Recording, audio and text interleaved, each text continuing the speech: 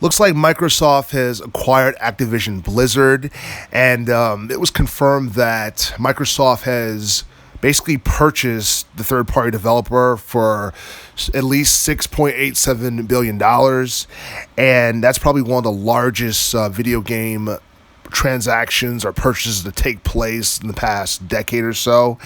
And there are a lot of people who question whether or not this violates any type of antitrust laws or whether or not it's going to face any type of antitrust scrutiny or what have you.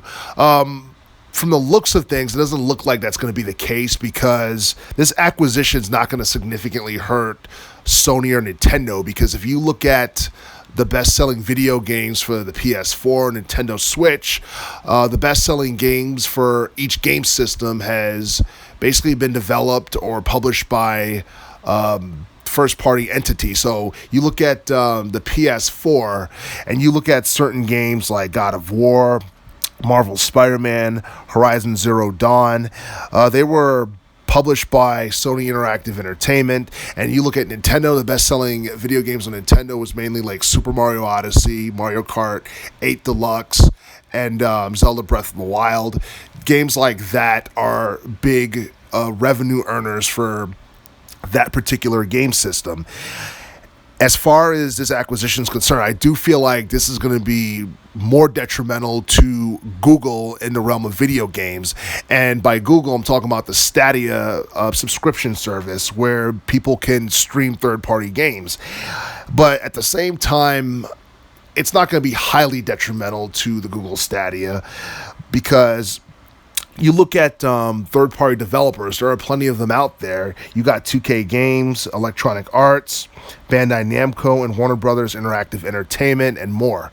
So I do feel like the absence of Call of Duty games or another Overwatch game or Diablo 4 from Google Stadia could definitely hurt the particular subscription service. But I do feel that this purchase is going to make it more difficult for gamers to choose which game system to buy.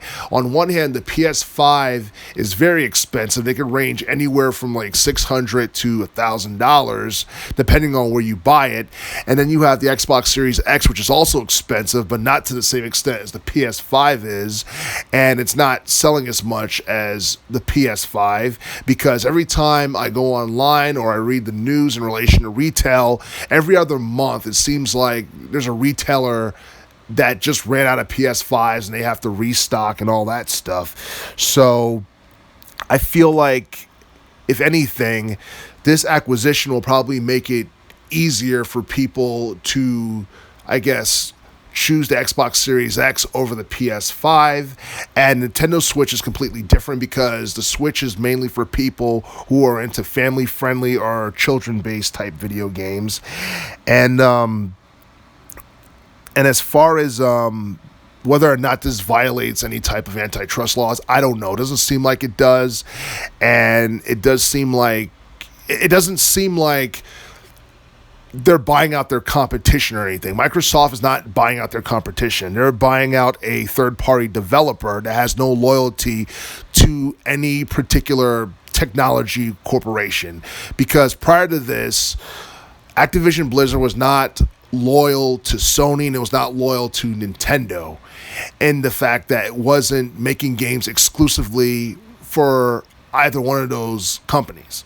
So what Microsoft has done, I mean, Sony could definitely do the same thing later down the line if it chooses to do so, but I don't think Sony doesn't want to be in a position where it has to mainly rely on third-party developers for their game system to sell.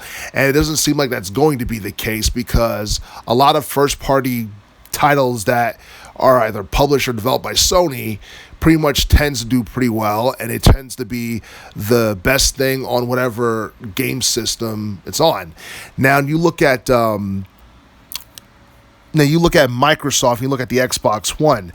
The number 2 best-selling video game on the Xbox One in the past, I guess, 8 years or whatever, was Grand Theft Auto 5, and I believe that managed to reach at least 8.7 million in sales. And you look at Call of Duty Black Ops 3. That was a game that was published by Activision, and I believe that game managed to reach at least 7.3 million in sales.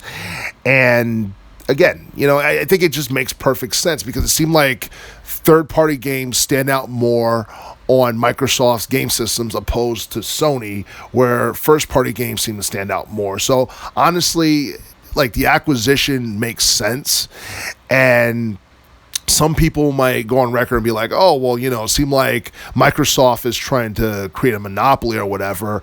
It doesn't seem like that's the case. And I don't think there's enough evidence to necessarily prove that.